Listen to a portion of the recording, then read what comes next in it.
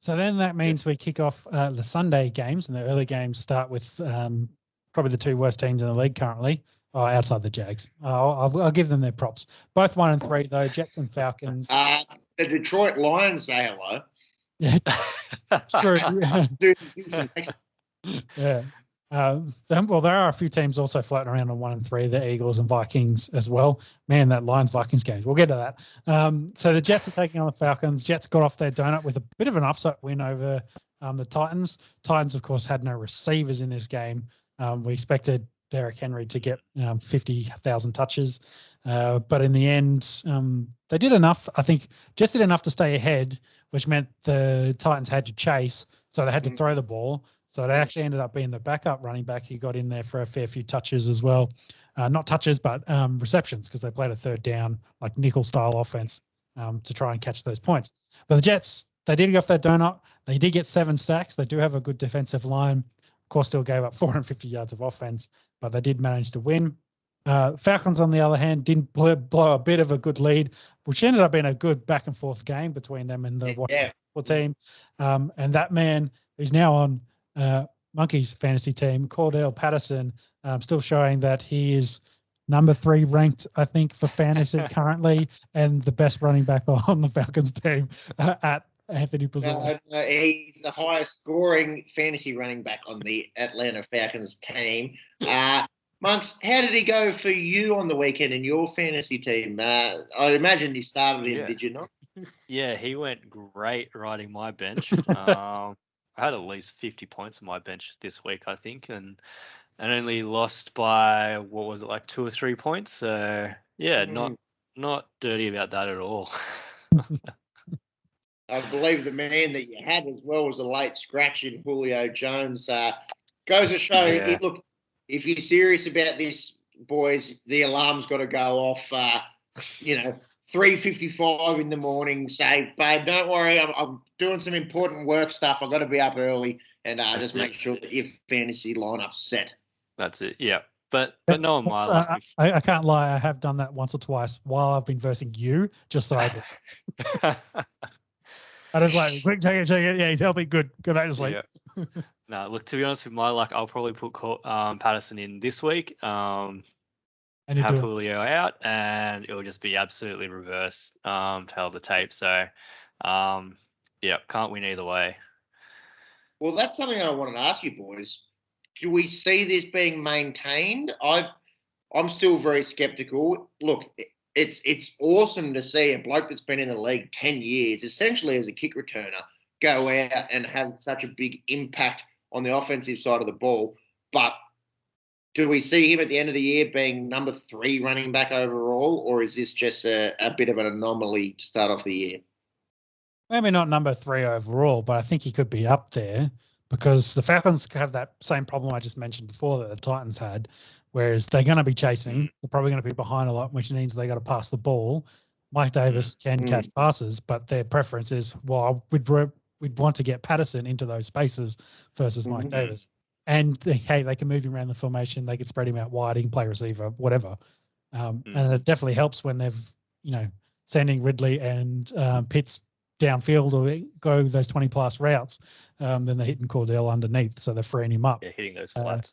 So we'll see. I don't think the Jets are maybe their head coach is a defensive guy, and whether they game plan to try and take away that stuff. But then maybe that frees up Pitts and Ridley, who have had quite years to kick us off so far, because one's got to give for the others to feast. And at the moment, Patterson is the one feasting. Yeah, highly touted guys in Calvin Ridley and Kyle Pitts. I think between the two of them, they have 1 receiving touchdown, whereas Patterson, I believe, has 4. I think Mike Davis has found the end zone, catching passes from Matt Ryan. So obviously not looking downfield all that much. Although some of these Patterson routes, he does line up as a wide receiver and go deep. Hence why the term running back is very loose. Anyways. Who's their number 2? Is Gage still their number 2? Yeah, he's been there. And Zacchaeus, this is off the top of my head here. Zacchaeus, someone's. Let's go. It looks like Gage has been injured. He did finish last year with 72 receptions, 700 plus. so far this season, he's only played 2 games, got 5 receptions in total. So he also have it down year. It sounds like they might be a bit banged up in the wide receiver core as well. So they're Ridley and Pitts are getting double teamed. So like I said before, that frees up Patterson for now. And Who do we think's winning this game, though? Well, just quickly, I know this is a long time to talk about Jets and Falcons. Again, there's a guy called Julio Jones that used to play there, and maybe you're kind of thinking, oh, this guy was actually really good, and that's why Calvin Ridley had such a breakout the last few years, in that Julio was getting the best corner and some safety help on just about every route. And then Matty Ice has gone, oh, well, there's Calvin Ridley wide open again. Let's hit him up. You take Julio out of that system, and now you're seeing the deep passing game starting to struggle a little bit. Yeah. Anyways, that is enough out of the Jets and Falcons. I've gone Falcons. Sean, who's your tip? Falcons, and Monkey, the odds in your tip, please. Yep. I have gone the Falcons as well. Don't know if that's too much of a curse on this game, but we'll see. They are favourites $1.56. Jets are $2.43 at the moment. We have a total match points of 46.5. Don't like any of that. Probably only interested in this game in terms of fantasy purposes. You wouldn't expect either of these teams to be bothering anyone in the postseason. No, they're not even going to get close to postseason, I don't think, for these two. Both picking in the top 10. Okay, next match, we got Eagles taking on the Panthers. Eagles weren't bad in that loss to the Chiefs. They did have to chase and put up a lot of points, did score 30 themselves, but Chiefs scored 42. Hurts did have almost 400 yards, 2 touchdowns, and another almost 50-odd rush yards. Was currently third QB in fantasy. What's interesting... Did anyone see that coming? That through a quarter of the year that Jalen Hurts would be the number 3 fantasy quarterback. Unfortunately, it hasn't really translated into wins just yet, but he's been going pretty good.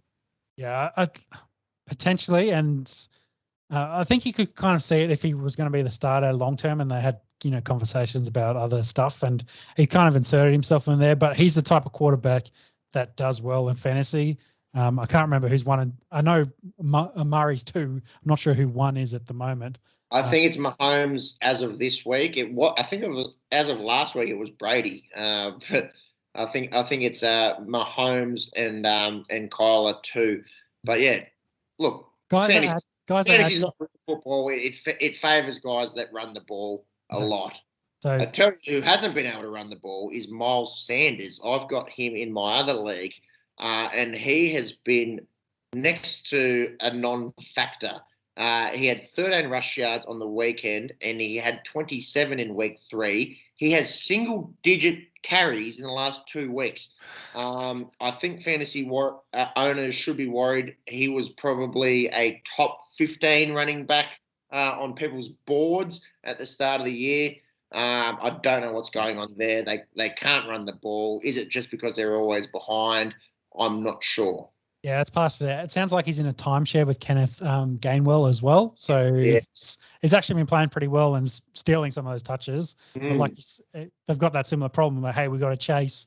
They get the nickel dude out there, or they have to rotate because they're running routes more than they are getting handoffs.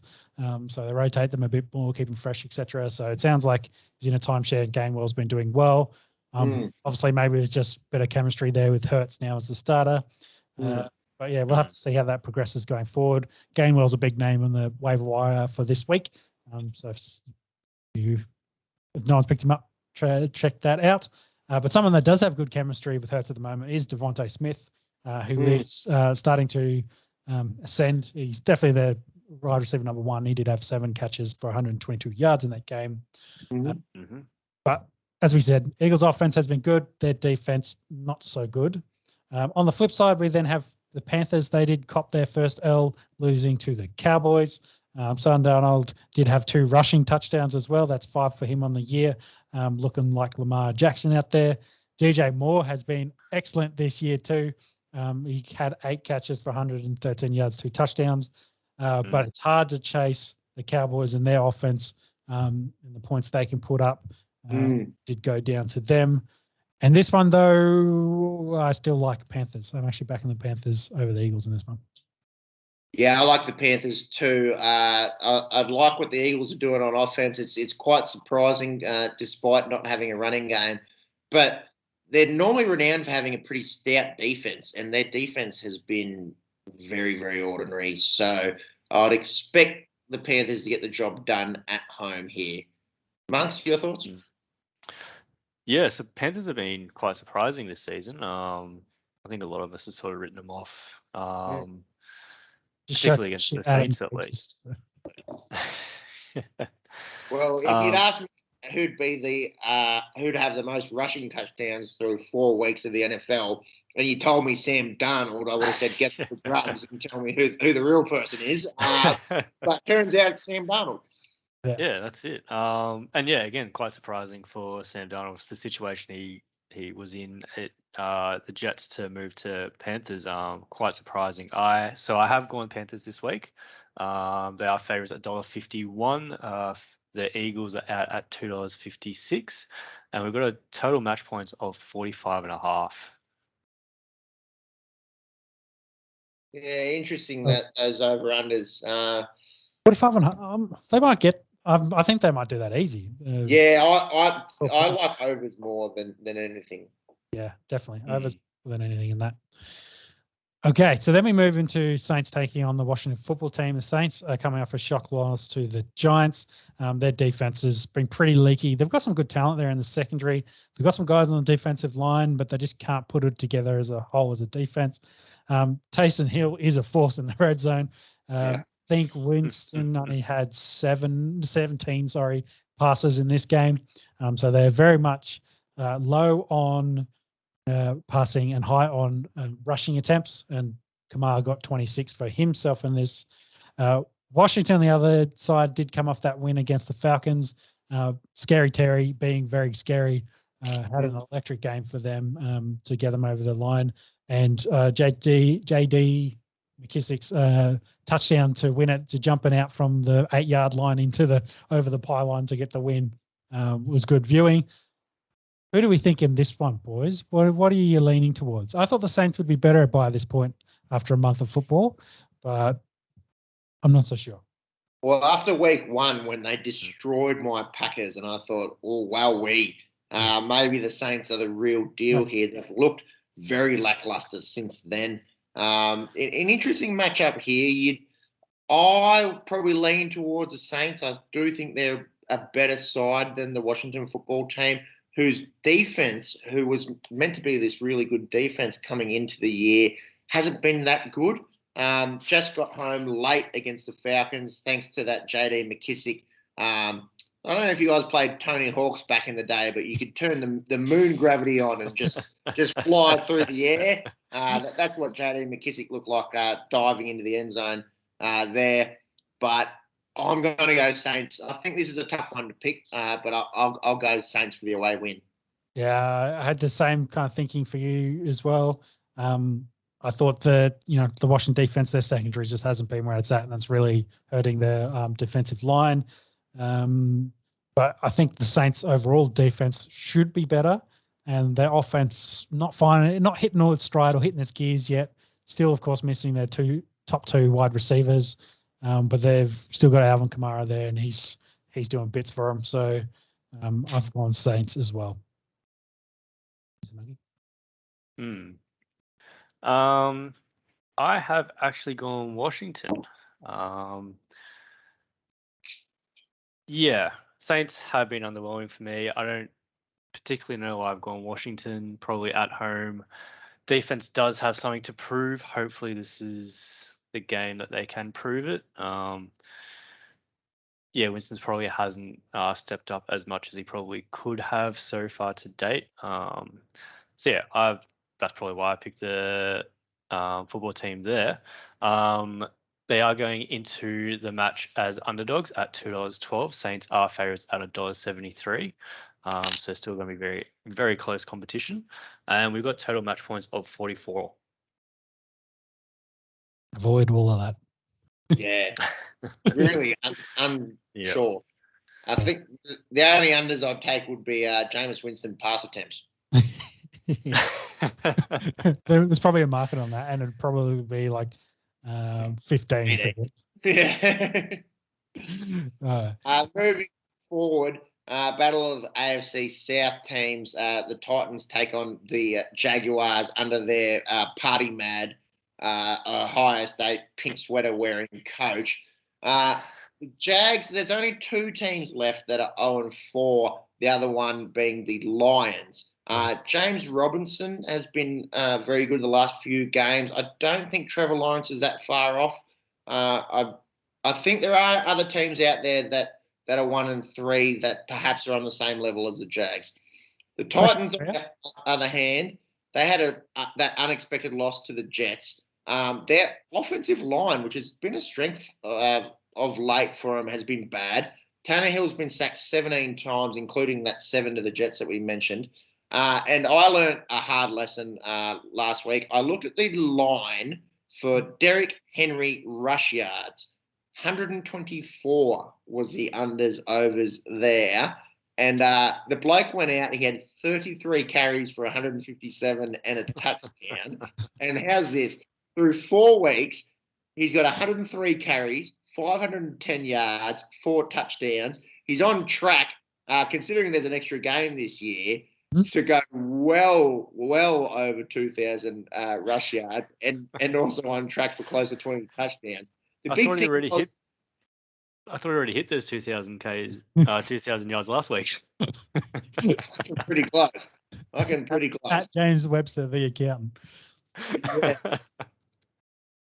The accountant that stinks at maths. I say that with love. I'll tell you what else is a big thing, boys. AJ Brown, Julio Jones, both out last week. 2 of the better wide receivers getting around in the NFL. And then that hurts you. There's a reason why they pounded the rock extra in a game where they probably could have been trying to force the ball downfield a little bit. It'll be interesting. Obviously, we're a few days out, so we probably won't know the availability of either of these guys, but they're a different team with those two in the lineup, you'd imagine. Yeah, definitely. And game script for this probably follows the same as last week. They're coming up against the 0-4 Jags. They've don't have much of anything across the entire team, so expect Henry to get 40 touches in this as well. And they try to pound the absolute shit out of the Jags. I can't find anything quickly on AJ Brown or Julio. They're both listed on the injury report though. So I think it's soft tissue. I think it's both hamstrings. Isn't great for wide receivers. No, and Julio especially has a history with hamstring issues. AJ Brown, I took him in the second round in our fantasy, and unfortunately has been plagued by injury and underperformance so far. So we'll see what happens there with the big rig that used to play at Ole Miss with DK Metcalf. In terms of this game, I think the Titans do bounce back. I think the Jags go to 0-5. However, I don't think it's clear, cut and dry. Put the wife and kids on the Titans. I think it will be close, but I've gone Tennessee here. Yeah, the Jags have been surprising people, but I agree with you. Tennessee. Is the AFC South the worst division in football? Yeah, this year it is. This year it is. There's a number of factors, of course, leading into that. The Colts, Carson Wentz hasn't been that healthy slash good. And then you go, obviously, to Houston with the whole Deshaun Watson scandal. So perhaps a little bit outside of the realm of control of the NFL. But, they're the worst division in the league this year. Whoever wins that division will be the only team from that division to play playoffs. Yeah, I think which is good news for the Titans, is they probably only need to win 7 games this season to make the final. 7 to 10, you reckon? Yeah, it'll be interesting to see where the other 3 finish up, but I don't think they're going to do any good, as you mentioned. Of course, Titans. They should win this. Jags will be competitive, but don't think this is the opponent they beat. Bunks, any upsets? No, I can't see an upset here. Sorry, I have gone the Titans as well. They are favourites at $1.45. Jags are $2.78 at the moment. We have a total match points of 48.5. Don't like none of that. I think we keep moving on. What about the line for this one at 4.5?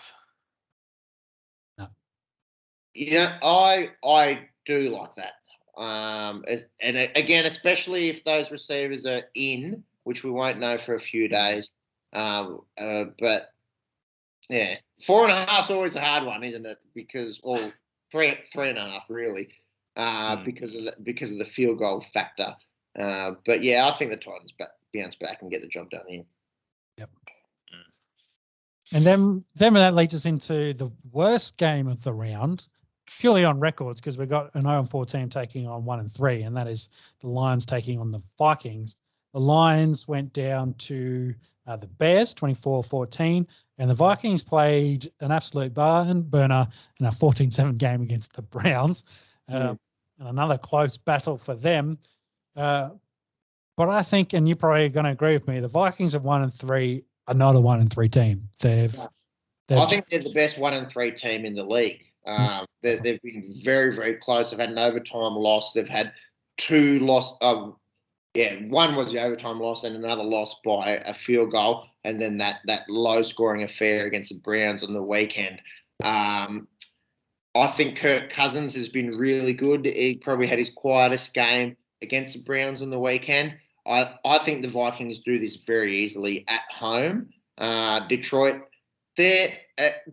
a bit like Jacksonville. Like they're both 0-4, obviously, but they haven't been that bad. Like they haven't been embarrassed yet, either of those teams. There hasn't been a real blowout. But in terms of this one, I'm pretty confident with the Vikes. Dalvin Cook was back last week. Their offense is rolling. I think they get the job done here. Yeah, I agree. I'm back to Vikings. Thanks. Yeah, back to Vikings as well. I think one of the shorter odds of the week. They are favourites at $1.23. The Lions are out at $4.20, and we've got total match points of 49.5. Don't like any of that. Sean, moving forward to your team, the Denver Broncos. We did mention going into last week's game that they were 3-0, but their opponents were 0-9. So they faced a good Ravens team. What did you take out of the game? Yeah, well, I think I said it last week as well. If we got getting into the meaty part of our schedule, and if we won a game in the next 2 months, I'd be happy, because we're getting to some of the more known top teams. Yeah, we're banged up. We're missing 9 starters. The Ravens on the other side, yeah, they're hurt as well, but they still have an former MVP playing quarterback for them. Whereas we lost Teddy Two Gloves and a legitimate backup by halftime, and then our backup to him came out in Drew Lock and did nothing. The Ravens just dominated us. We held them to 23 points. Like, it was low scoring kind of game, but it showed that there's levels to this, and Denver aren't on that level yet. They still need to take a step or two to go that way. But to go to my previous point of, hey, I'll be happy to win a game in the next two months. Luckily for us, the Steelers are playing absolutely terrible, and Big Ben is all kinds of being banged up. He's got a pec injury. He's got a bad hip. He's the old man out there with his A-frame at this point. So he's been struggling, and they got pumped. Well, they didn't get pumped. They got beaten last week, of course. Let's say pumped. I think they're the pack. We'll go with pumped by the Packers. 27-17, that game finished up against the Packers. But, yeah, they have been bad since their first win over the Bills, the kick off the season. And the Bills, on their flip side, have been excellent. They have been a little bit injured themselves. Chase Claypool's been injured. TJ Watt's missed a game. He played on the weekend, of course. But, yeah, it seems like Johnson, their wide receiver, and then Harris, their running back, have been the most fantasy relevant players for them. Harris, I think, at one point, I think he was leading the league for receptions because he had 15 in one game, didn't he? Yeah. I think 14 or 19 targets or something in one game. We spoke about it last week. I think that's because Big Ben's arm strength, or B, the pass protection is not allowing them to go deep. Yeah. And hence Juju Smith-Schuster has been a non-factor. Chase Claypool obviously been out. I've been very impressed with Deontay Johnson. I think he's been very good. But this Steelers side, pretty hard in a pretty tough division this year, especially with Cincinnati playing better than people had expected. Guess what? I've backed you in here, Sean, to get the win at Heinz Field. I've gone the Broncos. Yeah, I just want to cover that point on Juju as well. I saw some of the pass attempts from Big Ben to Juju during that game against the Packers, and he's just missing. He's just overthrowing him at the moment. So whether that's, again, as part of that, their offensive line is poo. So Big Ben's really struggling. And then with the injuries, Hip and Peck are not very good for helping you to throw deep balls. But yeah, like you said, I've of course backed Denver in here. Looking likely that Locke's going to be quarterback. With Teddy having a concussion from last week's game. But even still, I think, it's going to be a defensive battle, low scoring. If the total match points is about 45, I think unders all day long. Yeah, I like the unders too, Monks. I'd love to know the odds and the total match points there, if you wouldn't mind. Yeah, no, definitely. Yeah, I'd like to reiterate what Sean said. Big Ben's passes just seemed a little bit wayward. Seemed like there was a bit of miscommunication with his receivers last couple of weeks. Offense isn't just there. Defense, similar, probably underperforming. I have actually gone with you boys as well and gone the Broncos. They are underdogs at $1.97. Pittsburgh are at $1.84. We've got a line of 1.5 and total match points of 39.5. They've gone low. They know. They're one step ahead of us. But interesting how close those odds were. Maybe we've put a little bit of a curse on Denver.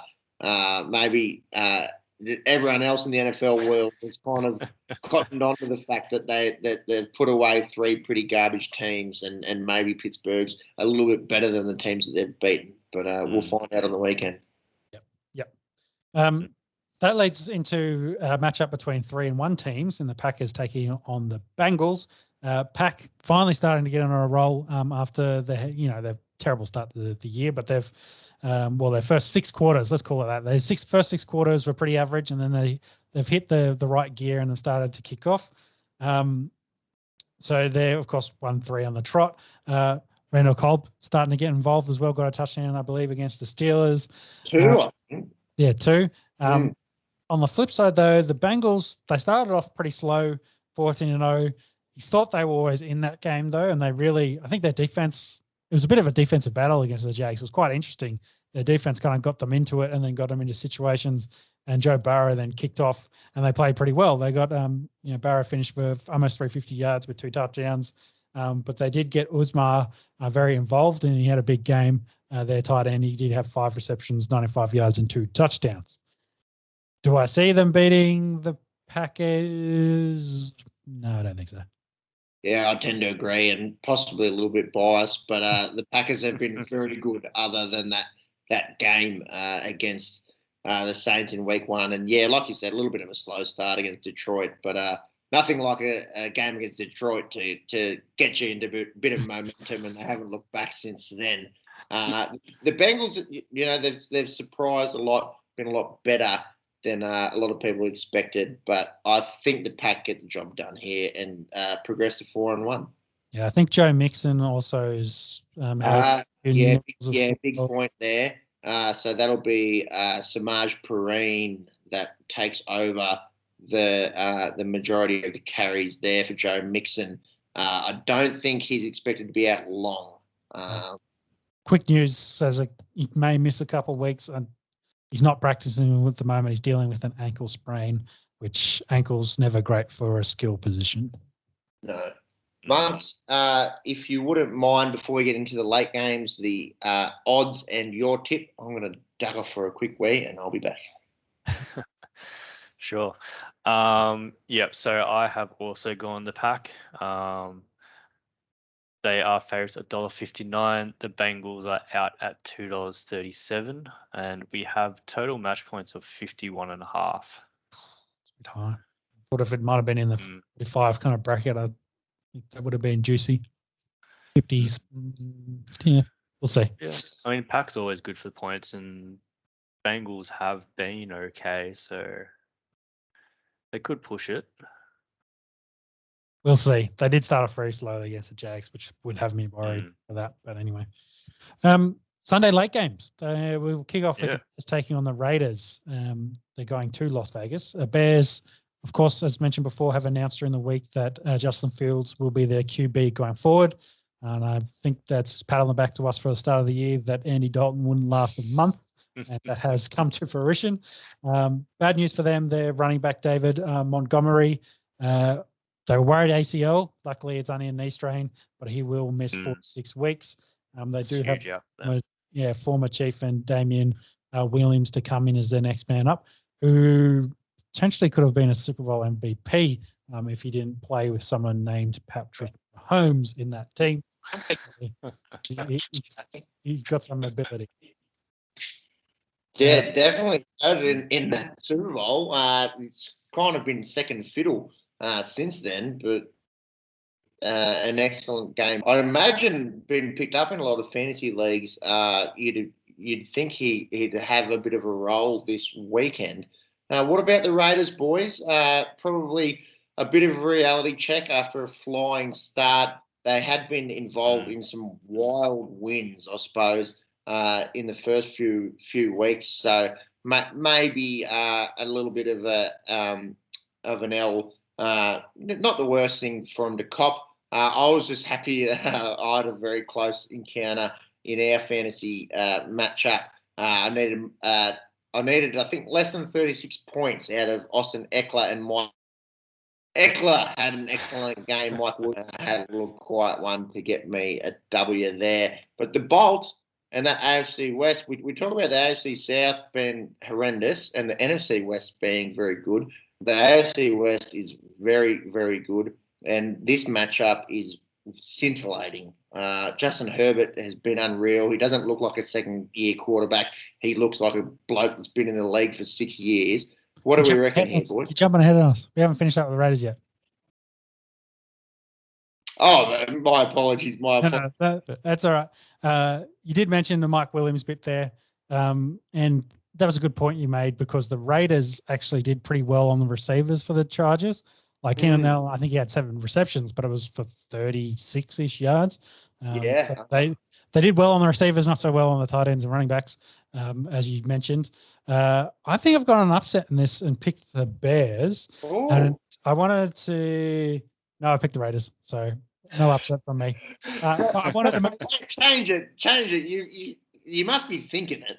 Well, I thought about it, but because the point I wanted to make was when we talked about running quarterbacks and fantasy relevance, and there's 2, Justin Fields and then Trey Lance playing this week, they potentially could be put up some decent numbers for the quarterback position in fantasy. But yes, I have picked the Raiders, and I've picked the Raiders at home. Mr. Muggy? Oh, Peps? Raiders for mine. Who did I go with? I went with the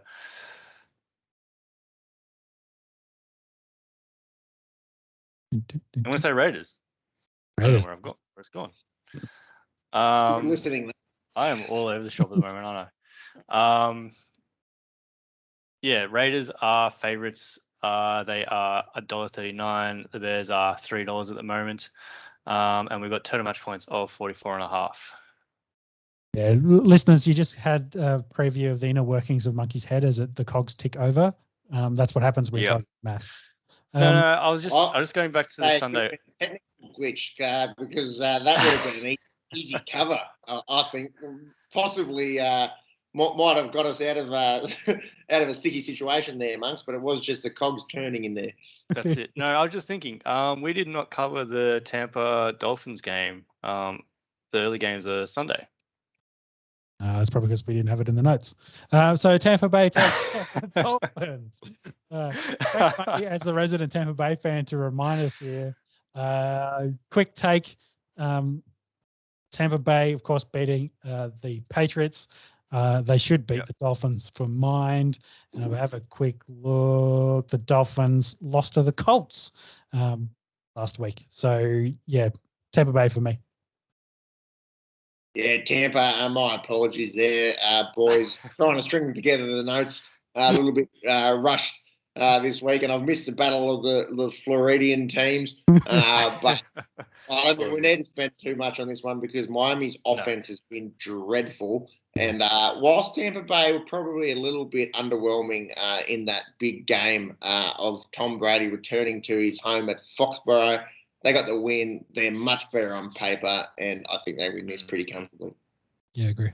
Yeah. I think the wet game up at Gillette Stadium probably hampered the Bucks' offense a little bit in that one, but yeah, definitely going backing them in this week against the Dolphins. They are favourites at $1.18. The Dolphins are out at $4.90 at the moment. Total match points of 48.5, and we have got a line of 10. Ooh. All too high for mine. What was the total match points? 48.5. Yeah, I would say take the overs, but I don't see Miami scoring more than 10. Yeah. I only got 17 against the Colts, so yeah, I don't like the chances. So as Peps was mentioning before, the elite matchup, the Browns are taking on the Chargers, both 3-1 teams in the AFC, both hopefuls for the playoffs at this rate. Cleveland's running game has been elite. They've got two of the top running backs in the league currently. And the Chargers offense has been pretty good. Justin Herbert's got them singing. I think their running game, of course, hinges on the health of Eckler, who's had a few twists of his legs, but he's played through a lot of those injuries and he's continued to go. Like, he's got a few niggles, but he's still elite. So I've got no issues there. But if I had to pick between these two teams, Chargers, their defensive line's been playing pretty well. You got a Bosa brother on the end that does help your chances. The secondary's got a few names there as well, which have been playing pretty well. But I just think the Browns' defense on the flip side's just better for my mind. So maybe that's my slight difference here. I think the Browns it's called the dog pound. They like to pound the rock. They like to grind out football games. They're a gritty team. So I like them in this one. And I think it was interesting. Myles Garrett during the week, I've probably seen the chat, goes sleeveless, gets drug tested. He is an absolute physical specimen.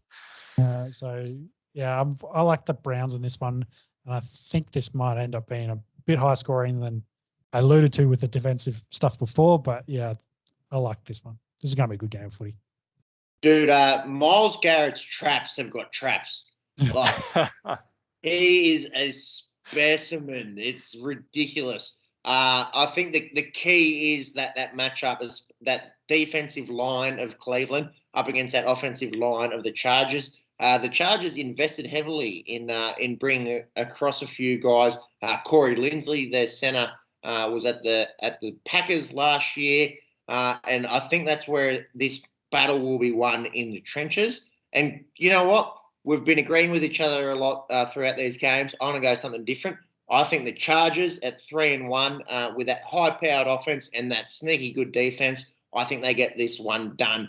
But, of course, an elite matchup and one of a few really interesting games to come out of the round. And both teams kind of AFC smokies. You know, everyone's got the Chiefs, everyone's got the Bills to go deep. I think both these teams are kind of smokies. I'll go the Chargers. I'm not super confident, but I think it'll be a good spectacle. Thanks. Yep. I have also gone Chargers. No real confidence there either. It is probably one of the closest matchups of the week in terms of our betting odds. So Chargers do head into the match favourites $1.75. Browns are out at $2.08 at the moment. And we have a total match points of 46.5. So that probably plays into your high scoring theory, Sean. Oh, Well, I think it kind of plays the middle ground there of, maybe it's a defensive battle and he stays lowish because 46 is in that middle kind of period. And it's not like super high where it's in the 50s. 46 might be a bit juicy there. Like both these teams can score points. So yeah, it'll be interesting to see how this one goes and whether I think I don't want to say this game's going to be one of the coin toss, but if the Browns get it to start with and they score, pound that rock and score early, it might be a game where the Chargers have to chase a lot with the Browns just staying ahead of them. That's kind of where I think the game script might go. Of course, all dependent on who wins the first coin toss in my magical theory scenario there. Interesting. Giants taking on Cowboys. Giants got off their donut last week with that overtime upset of the Saints. Danny Dimes threw over 400 yards, and then Saquon, I think we said this last week, starting to look more like old Saquon, doing Saquon things. I think it sounds, by all accounts, he killed some of your dudes in the Survivor League, Peps. Well, the Giants in general, yeah. So I'm in a Tipham Survivor League. You've just got to pick a team that wins, and you can't re-pick that team throughout the year. So a lot of blokes lost to two New York teams, actually. A lot of guys going the Saints and a lot of guys going the Titans to win last week, and they both lost their matchups against the Giants and the New York Jets. So good for our Survivor League, knocked a few blokes out. Definitely something where I think we all picked the Saints. We all picked the Saints rather to beat the Giants. They do have their work cut out for them coming into this game against the Dallas Cowboys, whose offense looks really good. They beat the Panthers last week. This highly touted Panthers defense didn't stand much of a chance. Zeke, we speak about Saquon looking like old Saquon.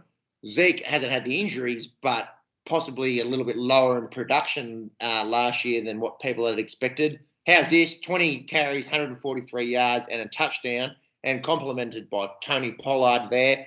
And kind of a New Orleans Saints vibe about it. Yep. Dak Prescott, 14 completions, 4 touchdowns. So very similar to Jameis Winston going out against the Packers in week 1 with that one. A bit of a head scratcher here was Jalen Smith getting released, the Pro Bowl linebacker for the Cowboys. That maybe speaks volumes to how improved their defense is to where they were this time a year ago. Trayvon Diggs, I think he has 5 interceptions, boys. Yep. Leading the league at cornerback there. I think the Cowboys win this pretty comfortably. Your thoughts? Yeah, I just want to go back to those stats. 30 rushing attempts and only 14 completions. 2 of those touchdowns were to tight ends, so a bit of a quiet day for the wide receivers. Yes. Very interesting. Yeah, CD Lamb, very quiet. Murray Cooper, quite quiet. Was it you that picked up Dalton Schultz in our fantasy league? He's had a bit of an impact. They go out there with a lot of 2 tight ends sets as well, with him and Blake Jarwin. Especially when they pound the rock. So yeah, a bit of a different story to that, the gunslinging Dak Prescott that we were used to in the first month of last year. But yeah, I think a lot of it's game situation as well. If you're out in front, you may as well just keep pounding the rock, and if you can run successfully, you're doing it. Whereas if you're behind, you got to throw the ball. So look, I think the Cowboys win this.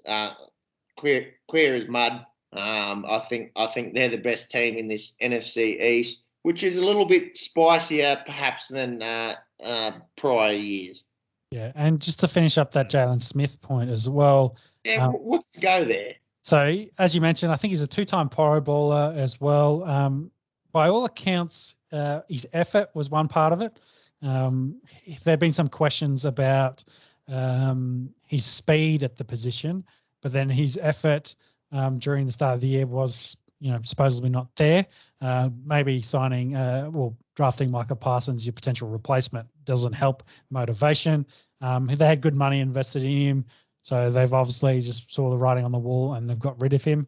What's interesting, he had to pay $500,000 to get his jersey number switched from 54 to to 9, and he's ended up only playing, what was it, 4 games in that jersey. But he's going to sign with the Packers. So I was just thinking. I know a team that would love a linebacker to come across, and yeah, so that's a good pickup, I think, from the Packers. Quite unusual for the Cowboys to get rid of someone of his caliber. We spoke about Steph Gilmore before. It's any day anything can happen in this league. Monks, if you wouldn't mind just going back to the Cowboys Giants game. I think Cowboys. Sean, did we get your tip? Yeah, Cowboys, and the odds and your tip, please. Yep. Yeah, so I've gone Cowboys as well. They are favourites $1.30. Giants are out at $3.56. That probably tells us where this game's going to head. And we've got total match points of 52.5. Quite high scoring there. I'd probably leave that alone, but yeah, I'm quite confident. I think the Cowboys are the real deal this year. Last of the late games, we have the 49ers taking on the Cardinals. The Cardinals being 4-0, as mentioned before. The NFC, oh my God, I've struggled twice with that tonight. NFC West right now is very good as mentioned. Jimmy G has a calf strain. Felt like he got stepped on. He did miss the second half. Looks likely he'll miss that game. I don't think it's confirmed yet, but looks likely he'll miss this one, which means that Trey Lance will play. And I think I mentioned this at the top as well. The tough question going up against an undefeated Cardinals team. I don't think we'll see that team go undefeated for the rest of the season. But, that offense for the Cards has been very fun to watch. You've got both their running backs involved. They've got elite talent at wide receiver. Everyone's been sleeping on AJ Green, and he's already showing his worth at that team and what a healthy AJ Green can do.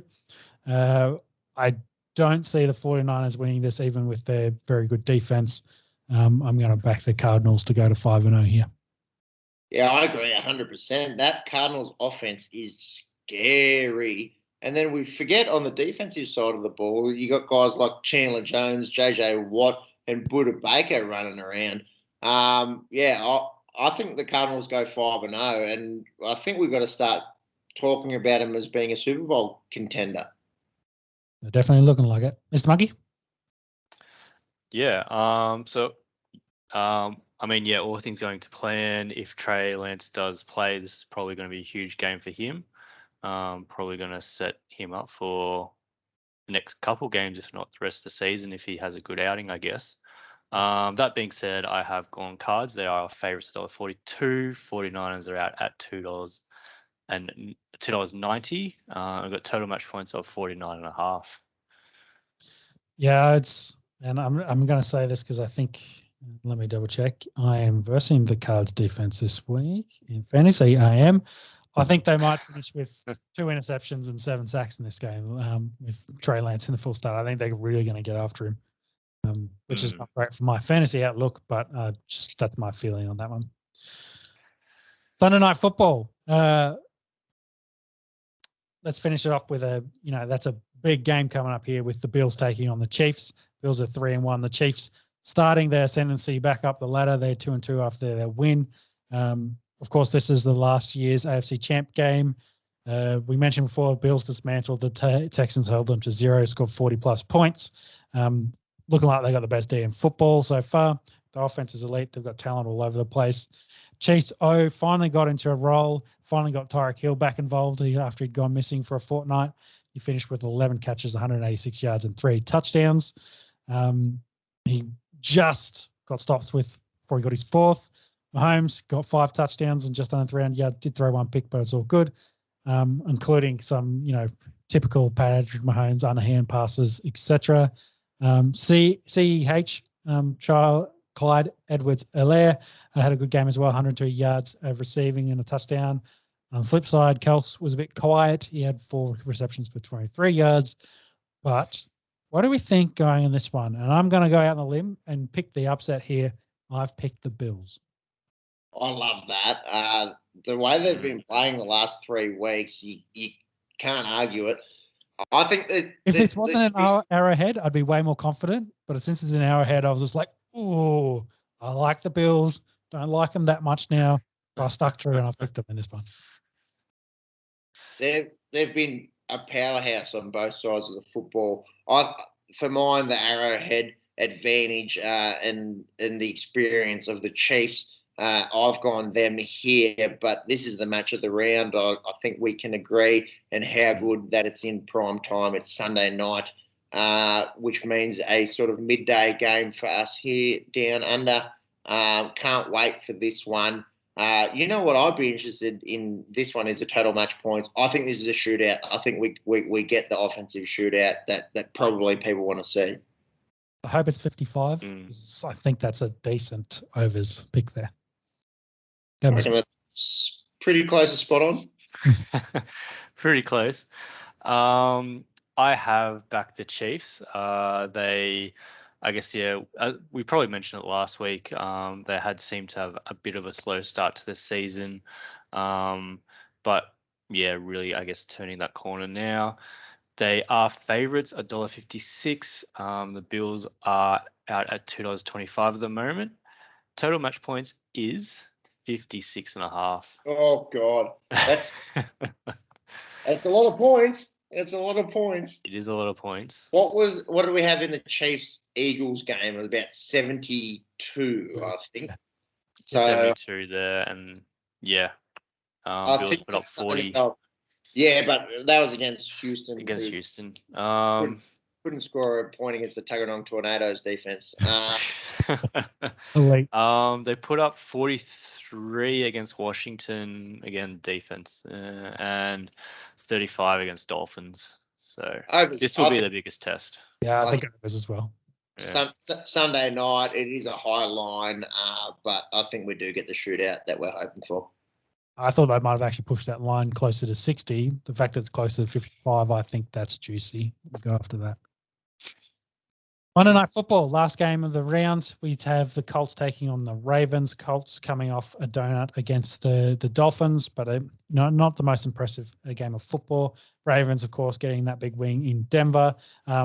They just got 100 yards to, I think, equal the record for 43 consecutive games with 100 plus rushing yards for the team. So they potentially and probably will break that against the Colts. I think the Ravens will do this one quite easily. Colts, though, starting to get healthy. Wentz and Nelson both playing. Jonathan Taylor got involved in that Dolphins game. Finally, getting I think it rides very much on those previous two I mentioned, on their health and how that team's going to go. Was it Mo Alley Cox as well? Yeah, tight end. So I think they may be starting to get back into their mojo. I think they missed it with that first month of the year with those injuries and those guys getting back in. So they should be better. Don't think they beat the Ravens, though. I'm big in Ravens here. Yeah, I tend to agree. We speak about the worst division in football in the AFC South. Perhaps if they can string together 7 or 8 wins, they might be a playoff team. But I think the Ravens at home, too big an obstacle here. And I do think that they break that Pittsburgh Steelers record this week. I've gone the Ravens. Amongst your tips and odds, if you wouldn't mind. Yeah, I have gone Ravens as well. They are favourites $1.30 at the moment. The Colts are sitting out at $3.55. And we've got total match points of 45.5. It's quite short there in Baltimore, $1.30. Not really sure. If I had to put money on that, I'd go the unders. That Baltimore haven't been putting up a lot of points and coming away with wins, and the Colts have scored fuck all. So